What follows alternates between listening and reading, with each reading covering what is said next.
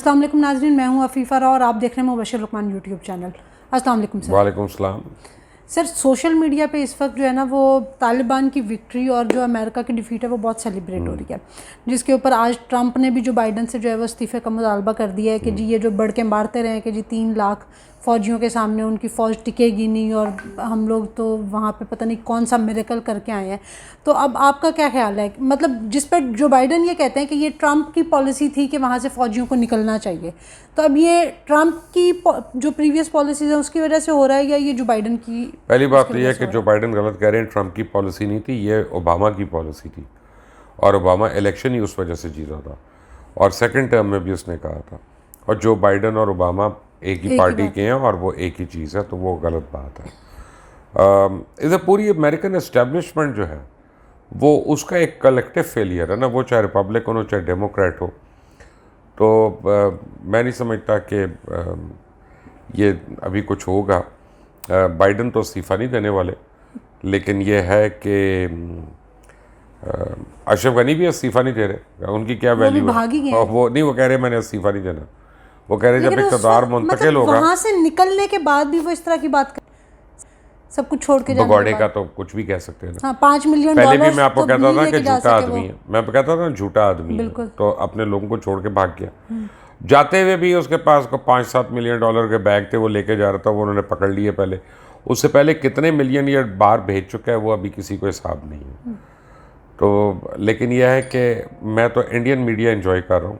Indian media पे सफ़े मातम है। वो एक एंकर को मैंने देखा, मुझे लगा इस बेचारी को हार्ट अटैक हो जाएगा, कार्डियक अरेस्ट हो जाएगा इसका। तालिबान तालिबान तालिबान तालिबान। अच्छा बाबा, खुदा के लिए खबर दो यार, तुम अपना लगता है खुद कोई आग के ऊपर सेक रही हो पकड़ के सर, मीडिया को तो छोड़ दें, इस वक्त जो बीजेपी के अपने जो रहनुमा हैं वो ये कह रहे हैं कि जी पहले तो चीन और पाकिस्तान ने मिलकर अटैक करना था, लेकिन अब उनके साथ अफगानिस्तान भी मिल गया है और ये अब 1 साल के अंदर अंदर जो है वो हम पे अटैक कर देंगे। कौन? तो इस वक्त बीजेपी के जो रहनुमा हैं अबरमन्यू, उनका अब्राहमान्यू, हाँ पूरा नाम सॉरी मुझे उनका याद नहीं कोई है। बात नहीं, उनको भी नहीं याद। तो वो ये कहते हैं कि अब ये तीनों हम पे मिलके 1 साल के अंदर अंदर अटैक करेंगे और ये मोदी की वजह से सब कुछ हुआ है। हमने उसको कहा था कि ये रिफ्यूजीज़ के लिए बॉर्डर खोल दे, इसने नहीं किया और अब इस सब का नतीजा जो है ना वो हमें भुगतना पड़ेगा।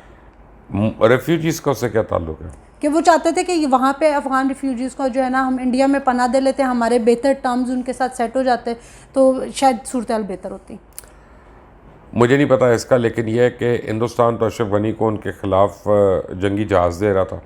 उन्होंने उनके हेलीकॉप्टर्स पकड़े और वो उनसे फ़ौजी मांग रहे थे और वो डिस्कस हो रहा था फ़ौजियों के कितने पैसे, वो अमेरिका से पैसा लेना चाह रहे थे वहाँ पे फ़ौजी भेजने के लिए, तालिबान को मारने के लिए।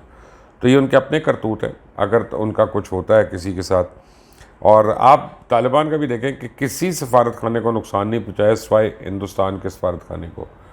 तो इंडिया का जो ज़्यादा प्रॉब्लम है वो अफ़गानिस्तान नहीं है। इंडिया का ज़्यादा प्रॉब्लम है अफ़गानिस्तान के अंदर प्लेटफॉर्म्स यूज़ करके पाकिस्तान के अंदर दहशतगर्दी करना, और पाकिस्तान के अंदर वो 17 जगहों से दहशतगर्दी कर रहे थे, तो वो प्लेटफॉर्म्स एकदम से ख़त्म हो गए उनके पास। तो ये सफ़े मातम की वजह है और कोई वजह नहीं है। अच्छा सर, एक बड़ी इंटरेस्टिंग चीज़ है, दूसरी एक और वजह हो सकती है सॉरी, देखिए 35 साल के स्ट्रगल के बाद तालिबान अपनी हुकूमत बना रहे हैं, तो अब कश्मीरियों में एक नई लहर दौड़ेगी आज़ादी की, और ये सोचेंगे कि अगर तालिबान आज़ादी ले सकते हैं अमेरिका और वेस्टर्न इत्तेहाद के सामने, तो ये तो इंडियन फ़ौज है मुर्दार खाने वाली, हम इससे क्यों नहीं ले सकते आज़ादी। तो अब कश्मीरी नए वलवले के साथ अपनी जद्दोजहद का आगाज़ करेंगे। इंडिया को वो अपनी मौत नज़र आ रही है। सही। और अच्छा, जो इंटरेस्टिंग चीज़ मैं आपसे डिस्कस करने लगी थी वो ये थी कि मोदी ने आज तक जिसको भी गले लगाया ना उसका बेड़ा गर्क किया है। एक तो हमने नवाज शरीफ साहब का हाल तो देख ही लिया कि वो बेचारे अब लंदन जाके बैठे हुए, बीमारियां भी उनको चिपक गई हैं कि वो पाकिस्तान उनसे क्या तालिबान ने आम माफ़ी का ऐलान कर दिया, वहाँ चले जाए। अब अशरफ गनी के साथ जो हुआ वो भी हमने देख लिया, तब जो बाइडन के साथ क्या होगा पता नहीं। अपना मोदी अभी बचा हुआ है, मोदी ने जिसको गले लगाया, आप देखते हैं कि ये इसका अपने का क्या होता है। देखिए मैं आपको एक बात बताऊँ कि वो तो मजाक की बात है, लेकिन यहाँ पे इंडिया ने मिस कैलकुलेट कर दिया था अफ़गानिस्तान में बड़ा सीरियसली। एक तो उनकी मिस कैलकुलेशन में पाकिस्तान दुश्मनी और बुग से पाकिस्तान शामिल था। दूसरा, वो अमेरिका का पिट्ठू बनना चाह रहे थे और उनका ख्याल था कि रीजन में उनको बड़े को रोल मिल जाएगा। अमेरिका उनको आगे करके खुद निकल गया, अमेरिका सबको आगे करके खुद निकल गया। तो अब सबको लेने के देने पड़े हुए हैं। जाना उसने 11 सितंबर का कहा था, चला वो अभी गया 13 अगस्त को, और 15 अगस्त को बगैर गोली चलाए तालिबान ने अफ़गानिस्तान ले लिया। ये बहुत बड़ी बात है। यही तो बात है असल में, कि कोई खून खराबा नहीं हुआ, कोई मारा मारी नहीं हुई, किसी को थप्पड़ भी नहीं पड़ा, और पूरे का पूरा अफ़गान कैपिटल जो है 3.5 लाख फ़ौज के साथ वो सरेंडर कर गया। सर अफ़गान कैपिटल पे तो हम बात करेंगे, लेकिन ये आपने मुझे जो 11 सितंबर याद करवाई है ना, 11 सितंबर की आपने डेट दी हुई थी एक मशीर के हवाले से। अब ये बताएं 11 सितंबर जो है वो 15 अगस्त तो गुजर चुकी, वो मेरा ख्याल है कि वो मुशीर जो है वो अपनी इफादियत पूरी कर चुके हैं, और उनका कोई फ़ायदा भी नहीं हुआ। पाकिस्तान को मुईद यूसुफ हैं जी। और मुईद यूसुफ की कारकर्दगी जो है वो सबके सामने खुल कर आ रही है। और जो है मुईद यूसुफ जो हैं वो आज भी उन्होंने एक बयान दिया, मज़ाक़ा खेज़ बयान दिया, मैं तो रिपीट भी नहीं करना चाहता। पता नहीं ये लोग किस दुनिया में बैठे हैं, कौन से एसी की हवा खाते हैं, कौन सा जूस पीते हैं कि उसके बाद ये जो दिल में आता है वो बोलना शुरू हो जाते हैं। लेकिन यह है कि उनकी जो कैलकुलेशंस हैं वहाँ पे they have totally sort of backfired. और अमेरिकन नवाज़ और अमेरिका का हामी जो ग्रुप है यहाँ पे, उसको सेटबैक तो होना है। मुईद यूसुफ में भी द फर्स्ट कैजुअल्टी। सही। अच्छा सर, अभी आपने जो है वो काबुल की बात की, और हम डिस्कस कर रहे थे कि बग़ैर कोई गोली चले जिस तरह से तालिबान ने वो सारे जो है वो अपनी एक जीत हासिल की और फ़तह का उन्होंने जश्न भी मनाया। लेकिन दो चीज़ों को जो है वो सोशल मीडिया पे बहुत ज़्यादा एक वो इशू बना के पेश करने की कोशिश की जा रही है। एक तो ये कि जो वहाँ हवाई जहाज़ के ऊपर से मतलब लोग उनके ऊपर बड़ी बुरी तरह से जो है ना वो टूट पड़े कि किसी तरह से वो यहाँ से एग्ज़िट ले सकें, जिसके अंदर 3 लोगों की डेथ भी हुई। हालांकि वो जो पूरा हवाई अड्डा था वो अमेरिकन फ़ौज के अंडर था, उसका कंट्रोल था उस वक्त, वहाँ पे तालिबान का कंट्रोल नहीं था। और दूसरी एक और चीज़ जो लोग बहुत ज़्यादा हाईलाइट कर रहे हैं वो ये है कि जी तालिबान के आने के बाद वहाँ पे औरतों का और जो जर्नलिस्ट हैं या वर्किंग वुमेन्स हैं उनका क्या फ्यूचर होगा, जिस पर मलाला ने भी ये ट्वीट की कि जी उनको बड़ी तशवीश है कि वहाँ पर अब औरतों के साथ क्या सलूक होगा। तो इन मतलब वहाँ पर कोई ब्लड शेड तो नहीं हुआ जो कि जंगों में होता है या जिस तरह से पहले होता रहा था, उसके बगैर उन्होंने ये फ़तह हासिल कर ली। तो अब ये 2 पॉइंट्स मिले हुए हैं हर एक को शोर मचाने के लिए पूरे सोशल मीडिया पे। तो इन 2 फैक्टर्स में आपको क्या लगता है कि पहली बात तो मैं आपको एक फर्स्ट हैंड एक्सपीरियंस दे सकता हूँ कि बागी टीवी हमारा है, आपको पता है ना, हम चलता है। 2 ख़वातीन, एक काबुल से और एक कंधार से, इस वक्त बागी टीवी के लिए रिपोर्टिंग कर रही हैं। सही। तो जर्नलिस्ट का क्या होना वो तो आपको पता चल गया, और वो लम्हा ब लम्हा हमें रिपोर्ट भेज रही है। खुद हमने कल जो लाइव ट्रांसमिशन की है उसमें उनकी कई रिपोर्ट शामिल थी, और उनकी दी हुई खबरें जो थी वो उसमें शामिल थी। एक एनजीओ को मैं जानता हूँ, बेसिकली वो आगा खानी एनजीओ है। तो आगा खानी मैंने जान के नाम लिया, उसकी वजह यह है कि वो देवबंदी नहीं है, उनके मसलक से नहीं है। तो उनके पास को 70 या 75 ख़वातीन काम करती हैं कंधार में और कुंदूज़ में। वहाँ पे उन सारों को उन्होंने इजाज़त दे दी हुई है, और 2 हफ्ते पहले मिल गई थी क्योंकि कंधार उनके पास पहले आ गया था, कुंदूज़ और स्पिल बोंदे ये पहले आ गया था। तो वो काम कर रही हैं डे टू डे बेसिस पे। आज सुबह को पहला दिन था, यानी फॉल ऑफ काबुल के बाद, तो स्कूल्स खुले हुए थे और स्कूल बच्चियाँ गई हैं स्कूल पढ़ने, और स्कूल से वापस भी आई हैं। ना किसी ने रोका, ना किसी ने टोका, ना किसी ने कुछ किया। हॉस्पिटल्स भी वर्किंग उसमें थे, पूरे दुकान खुली हुई है, कारोबार खुला हुआ है, सब कुछ खुला हुआ है। देखें, एक तो वो प्रोपेगेंडा है जो हर एक को तशवीश है, लेकिन पहली बात है कि उसमें सदाकत कितनी है वो भी देख लें। अभी तक तो तालिबान ने किसी को नुकसान नहीं पहुंचाया, तो उनको कहते जाना कि जनाब तुम ये ना करना, ये ना करना। जब वो आ रहे थे तो कितने साल उनके ऊपर कितने बॉम्ब्स गिरे हैं, कोई क्लस्टर बॉम्ब गिरा, कोई पता नहीं टॉमहॉक मिसाइल चला, कोई पेट्रियट मिसाइल चला, तो कोई ये हुआ। तो दुनिया की सबसे ज़्यादा ताकतवर एयर पावर जो थी वो कारपेट बॉम्बिंग करती थी, गांव के गांव, शहर के शहर उजाड़ देती थी। तब नहीं किसी को तकलीफ़ हुई कि उनकी भी फैमिली में पता नहीं कितनी औरतें मरी होंगी, कितने बच्चे मरे होंगे, उनके बच्चे स्कूल नहीं जा रहे, उनके बुज़ुर्गों को अस्पताल नहीं मिल रहा। अस्पतालों को बॉम्बिंग की थी अफ़गान फोर्सेस ने। तो उस वक्त तो ये दो नंबरी मुझे नहीं, आप उनको भी बुरा कहते और इनको भी बुरा कहते फिर तो मैं मान लेता। सही। आप कहते कि जो बुराई है मैं उसकी बुराई कर रहा हूँ। जहाँ तक कि जो जहाज़ों से कूदने वाली बात है और जहाज़ों पे फंसने वाली बात है लोगों की, आप देखें ना, पूरी 3 दिन पहले काबुल की पुलिस से सरेंडर करके गायब हो गए थे, फिर अब 3.5 लाख फौज जो थी वो भी गायब हो गई तितर बितर। 17,000 तो वो लोग थे जिन्होंने अमेरिका के लिए अजाइलम का अप्लाई किया हुआ था, जिनको अमेरिका ने ना कर दी थी। मैं ये अज्यूम कर रहा हूँ कि ये वो लोग हैं जिनकी शक्लें आम लोग जानते थे। उन्होंने कहा कि जहाज़ पे निकलो, बस किसी तरह इस मुल्क से निकलो, वरना ये लोग हमें बोटी बोटी कर देंगे। जितने जुल्म उन्होंने किए हैं यहाँ पे, जो नॉर्मल शहरी हैं उनके लिए तो बिजनेस एज यूजुअल है वहाँ पे, तो वो तो उसमें शामिल नहीं है। और अगर आपने इसको दूसरी तरह देखना है तो अमेरिकन फेलियर की इससे बड़ी तस्वीर क्या होगी, जो जहाज़ों से ऊपर से लोग गिर रहे हैं कि 20 साल आपने वहाँ पे हुक्मरानी की और आप क्या छोड़ के आए हैं पीछे। बिल्कुल। अच्छा सर, तालिबान के जो तर्जुमान है मोहम्मद नईम, उनकी एक स्टेटमेंट आई है कि वो अफ़गानिस्तान की सरजमीन को अब किसी के मकासद के लिए यूज़ नहीं होने देंगे। मतलब वो ये चाहते हैं कि ना तो वहाँ पे कोई उस तरह की मदाखलत करे उनके मामलात में, और ना वो किसी के मामलात में मदाखलत करेंगे। तो आपको क्या लगता है इस वक्त इस रीजन की नेक्स्ट जो वो खारजा पॉलिसी होगी उनकी, तो वो क्या होगी, क्या हो सकता है? मुझे नहीं पता कि तालिबान की खारजा पॉलिसी क्या होगी, लेकिन मैं इतना समझता हूँ कि तालिबान को जो भी ऑफ़र करेगा वो उसको रिफ्यूज़ नहीं करेंगे। सही। जो मुल्क उनको ट्रेड ऑफर करेगा उससे वो डील करेंगे, जो मुल्क उनको इंफ्रास्ट्रक्चर डेवलपमेंट ऑफर करेगा इंडिया भी वो हो, जो मर्जी हो वो करेंगे। तालिबान जो है वो हर एक से अपने अपने रवाबित बनाएंगे कि पोस्ट गवर्नमेंट उनके साथ कौन किस तरह से डील कर रहा है, बिहेव कर रहा है। उन्होंने अशरफ गनी को जाने दिया, उन्होंने हामिद करजई को कुछ नहीं कहा, वो अपनी फैमिली के साथ है वहाँ पे। तो अब there are change people now, there are different people right now. Taliban की गवर्नेंस अब हमने देखनी है, हमने उनका जिहाद देख लिया है, अब उनकी गवर्नेंस देखनी है। अगर तो वो 10% भी गवर्नेंस कर लेते हैं जिहाद के मुकाबले में, तो फिर तो ये एक मॉडल कंट्री बन जाएगा। अच्छा सर, अभी एक क्वेश्चन मेरे माइंड में आया। अब मुझे नहीं पता कि वज़ीर आज़म इमरान खान के सपोर्टर वो क्वेश्चन करने के बाद मेरे साथ क्या करेंगे सोशल मीडिया पे, लेकिन जितना वज़ीर आज़म इमरान खान हमारे जो है वो तालिबान को सपोर्ट करते रहे और सारा कुछ करते रहे हैं, मतलब, और एक तरह से ये विक्ट्री सेलिब्रेट भी की जा रही है, तो आपको क्या लगता है कि तालिबान के साथ हमारी गवर्नमेंट का जो है वो किस तरह का सलूक होगा, या क्या इनका फ्यूचर हो गलत सकता है? आपका सवाल है। उसकी वजह है कि प्राइम मिनिस्टर ने कभी तालिबान को सपोर्ट नहीं किया। नहीं, लेकिन वो हमेशा मेरी आप बात खत्म होने दें। उन्होंने हमेशा ये कहा कि बंदूक जो है सोल्यूशन नहीं है। सही। उन्होंने ये कहा जंग से तुम इनको नहीं हरा सकते और तुम इनसे नहीं जीतोगे, और तुम्हें इवेंचुअली टेबल पर इनके साथ बैठ के डील करनी पड़ेगी और फिर तुम्हें निकलना पड़ेगा वहाँ से।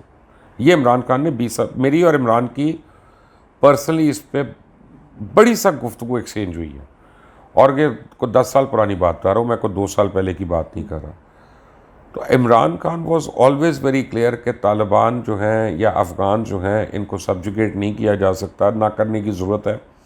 इनके साथ अक्रॉस द टेबल बैठ के डील करो, डिस्कस करो, नेगोशिएट करो, और ये तुमसे काबू नहीं आएंगे। तो मेरा नहीं ख्याल कि इमरान खान को किसी भी बात पे कोई आप और मैं एम्बेरस कर सकते हैं। उसका तो फेथ ही ये था, और वो तो ओपन था, उसको तो लोग तालिबान खान कहते थे।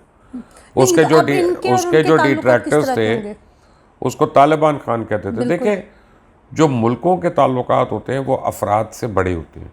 सही। इमरान खान पाकिस्तान को रिप्रेजेंट करते हैं, वो अपने घर को नहीं रिप्रेजेंट करे सिर्फ। तो उन्होंने देखना है कि पाकिस्तान के लिए क्या अच्छा है, तालिबान अपने मुल्क को रिप्रेजेंट करें, उन्होंने देखना है उनके मुल्क के लिए क्या अच्छा है। दोनों को बैठना पड़ेगा, दोनों को एक दूसरे के साथ बैठकर नए रास्ते निकालने पड़ेंगे, दोनों को निकालना पड़ेगा बॉर्डर्स को कैसे सिक्योर करें। पाकिस्तान को शिकायत है कि अफ़गान सरजमीन इस्तेमाल होती है दहशत गर्दी के लिए पाकिस्तान के अंदर, कि उसको कैसे ख़त्म करें, ठीक है ना। उनको ये ख्याल होगा कि यहाँ से अमेरिकन जो हैं वो वहाँ पे हमला ना करें, पाकिस्तान को वो यकीन दहानी करानी है। सो म्यूचुअल इंटरेस्ट पे होगा ना, नथिंग रॉन्ग इन दैट। अच्छा सर, एक लास्ट क्वेश्चन। मैंने आपके बहुत सारे वीलॉग सुने हैं जो आपने गोल्डन रिंग के हवाले से या खित्ते में एक नया ब्लॉग बनने के हवाले से जो है ना वो बातचीत की है। अब करंट सिचुएशन में अगर हम देखें तो जिस तरह से मतलब ममालिक वो बिल्कुल एक तरह से तकसीम हो गए हैं कि पाकिस्तान, तुर्की जो है वो अफ़गानिस्तान के तालिबान की सपोर्ट में जो है ना वो अफ़गानिस्तान के साथ है। चीन ने भी अपनी हमायत का ऐलान कर दिया है। रशिया भी तालिबान को जो है वो एक्सेप्ट कर लिया है। तो ये क्या वाकई सारी कंडीशन उसी तरफ जा रही है? वो एक नया ब्लॉक और गोल्डन रिंग पूरा बन चुका है। दुनिया की सबसे बड़ी इमर्जिंग मार्केट कौन सी है? सेंट्रल एशियन रिपब्लिक्स या कार स्टेट्स जो है। उसके बाद उनसे अगर ट्रेड होना है तो वो किस रास्ते से होगा? वो अफ़गानिस्तान के रास्ते से होगा। अगर अफ़गानिस्तान में पीस होता है तो सेंट्रल एशिया की वजह से पूरी दुनिया को नए एनर्जी के रिसोर्सेज मिल जाते हैं, गैस के भी, पेट्रोल के भी, शेल गैस के भी। और अगर हमने ट्रेड करना या रूट हमें चाहिए, चाइना को चाहिए, पाकिस्तान को चाहिए, टर्की को चाहिए, तो वो थ्रू अफ़गानिस्तान होना है और कहीं नहीं हो सकता। तो ये तो नेचुरल एक रीज़न है ना कि ये अलायंस बनने का। दूसरा, ये जो गोल्डन रिंग है ये ज़रा डिफरेंट है। गोल्डन रिंग में रशिया भी है, चाइना भी है, ईरान भी है, टर्की भी है, पाकिस्तान भी है। और ये बिफोर तालिबान ये हो रहा था, ये कई साल पुरानी बात है। और ये था कि ये सारे ममालिक जो हैं मिलकर अपने रिसोर्सेज को कैसे यूटिलाइज़ करें। और अगर ये मिलाकर दुनिया की 1/3 आबादी बनती है तो हम तो दुनिया के सबसे बड़े कंज्यूमर्स हैं। तो हमारी जो इंडस्ट्री है, हमारा जो ट्रेड है, हमारा जो बिज़नेस है, वो क्यों ना बेनिफिट करे एक दूसरे की वजह से। तालीम के मैदान में, मीडिया के मैदान में, सकाफ़त के मैदान में, इलेक्ट्रॉनिक्स के मैदान में, हर चीज़ में हम क्यों ना एक दूसरे से शेयर करें। तो गोल्डन रिंग तो एक रियलिटी है, वो कोई ड्रीम नहीं है। और वो बन रहा है और वो काफ़ी हद तक तो वो बन चुका है। और कुछ बातें उसकी मैं नहीं बता सकता क्योंकि एक इन कॉन्फिडेंस की बात है, लेकिन मुझे इतना पता है कि वो बहुत आगे तक आ चुकी है। और अगर तो वो सही उनका जो मैनिफेस्टो है अगर वो इम्प्लीमेंट हो गया तो पूरे खित्ते के लिए it's a win win situation. तो सर ये खित्ता मतलब अगर विन विन सिचुएशन में आता है और अमेरिका को जिस तरह की डिफीट हुई है, तो आपको क्या लगता है कि अमेरिका अपना गुस्सा जो है वो किस तरह से निकालेगा? फॉल आउट इसका क्या देखिए, वो चौधरी ने किसी मुजारे को तो कुटना है ना, तो फॉल आउट तो पाकिस्तान के ऊपर होना है, ज़्यादा से ज़्यादा पाकिस्तान के ऊपर होना है, क्योंकि पाकिस्तान का ही नाम भी आ रहा है। लेकिन आपको बताऊं कि जो लोग ये अब नारे मारना शुरू हो गए ना कि अमेरिका टूट जाएगा सोवियत यूनियन की तरह, उनका ख्वाब इतनी जल्दी पूरा नहीं होता।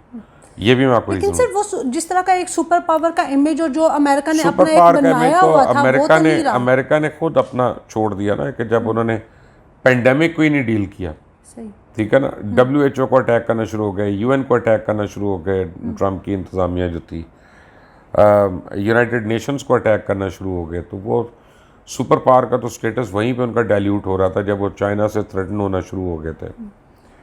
लेकिन अमेरिका में और सोवियत यूनियन में एक बहुत बड़ा फ़र्क है जो हर आदमी को नहीं पता।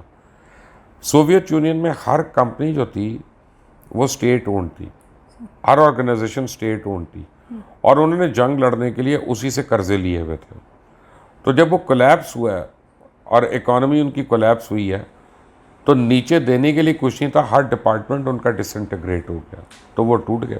ठीक है, अमेरिका प्राइवेट कैपिटलिस्ट इकॉनमी है, वहाँ पे आज 2 साल 3 साल बहुत उनको प्रॉब्लम रहेगी, वो फिर टैक्सेस जमा हो जाएंगे, प्राइवेट एंटरप्राइज फ्लरिश करेगी, वो किसी न किसी तरह ऊपर आ जाएंगे या फ्लोट करते रहेंगे। वो उनके लिए आप वो फार्मूला नहीं अप्लाई कर सकते, उसके लिए कोई और फार्मूला ढूंढना पड़ेगा या देखना पड़ेगा। ये फार्मूला उनको टुकड़े टुकड़े नहीं करता उनको। तो और गुस्सा पाकिस्तान पे ही उतरेगा? वो तो निकलेगा, वो तो निकलेगा। मतलब तो इस पे कोई सैंक्शंस वगैरह भी लग सकती हैं पाकिस्तान में? पहले तो आपको फाटफ में पता चल जाएगा दिसंबर के महीने में, क्या लगता है कि आपको वो, मुझे लगता है कि रेड लिस्ट पे कर देंगे। रेड लिस्ट पे? ब्लैक लिस्ट, सॉरी नहीं, इतनी कंडीशंस पूरी करने के बाद भी अभी हम जी, ब्लैक लिस्ट में आ सकते हैं? करेंगे, बिल्कुल करेंगे वो। अच्छा। और क्या कहते हैं कि उसके बाद वो आप IMF अभी आपके हाथ खींचेगा। आप देखें ना, बगैर वजह के आपके डॉलर और फॉरेन करेंसी ऊपर जाना शुरू हो गए, आपकी स्टॉक मार्केट जो है उससे पैसा निकलेगा। तो जो वो कर सकते हैं वो करेंगे। आपको अरब ममालिक आपको तेल देने में ज़रा प्रॉब्लम्स करेंगे, वो अपने पैसे वापस मांगेंगे, और तो ये चीज़ें फॉल आउट्स तो होनी है। कर लें सेलिब्रेट आप। चलें सर, देखते हैं कि नेक्स्ट जो है वो फॉलो आउट किस तरह का होगा। अभी तक की सिचुएशन लेकिन आपने ये नहीं पूछा मुझसे कि मुझे क्यों खुशी है। आप बताएं। अब देखें, मैं अफ़गानिस्तान की अंदर की जो पॉलिटिक्स है मैं उसके ऊपर नहीं बात करना चाहता, ना मैं इस साइड पे ना मैं उस साइड पे, मैं तो रिपोर्ट कर रहा हूँ। बिल्कुल। लेकिन खुशी मुझे इस बात की है कि जिस अफ़गान हुकूमत के साथ हिंदुस्तान मिलकर पाकिस्तान के अंदर दहशतगर्दी करता था, और वो दोनों कमीने अशरफ गनी भी और मोदी भी मिलकर पाकिस्तान के ख़िलाफ़ बकवास करते थे, गलीज़ ज़ुबान इस्तेमाल करते थे और झूठ बोलते थे। इंडिया के यौम आज़ादी पे इंडिया की सबसे बड़ी इन्वेस्टमेंट जो इंडिया के बाहर है डूब गई, उसको डुबो दिया अल्लाह ने। इस पे तो हमें अल्लाह का बहुत शुक्र अदा करना चाहिए। और बाकी अभी तक की सिचुएशन पे आपने मुबश्शिर लुकमान साहब का एनालिसिस सुना, खित्ते में और अफ़गानिस्तान में और बाकी सारे रीजन में, मतलब जो भी नेक्स्ट सूरत हाल होगी उस पर भी हम आपको जो है वो अपडेट करते रहेंगे। आज तक की वीडियो के लिए इतना ही। अंटिल द नेक्स्ट टाइम, अल्लाह हाफ़िज़।